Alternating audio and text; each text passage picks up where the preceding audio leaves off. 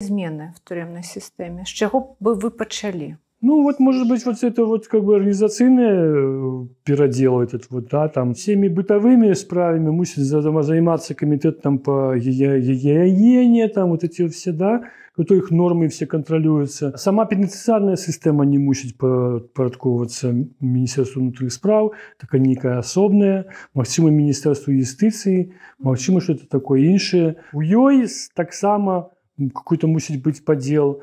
Ну, должна быть іншая роль прокуратуры, потому что пакуль прокуратура такая служка уладаў. Вось она фактично не выконвае свае ролі. Люди пишут скаргі, і скаргі выкидаюцца или просто на них не реагуюць. Вот все разом трэба менять. По великому рахунку, ну, надо брать заходние вот, европейские образцы и робить так, как у них. Мы не вынайдем некой новой модели, чем той, какая зроблена зараз там в Немеччине, Великобритании, Франции, в лепших краинах Захода.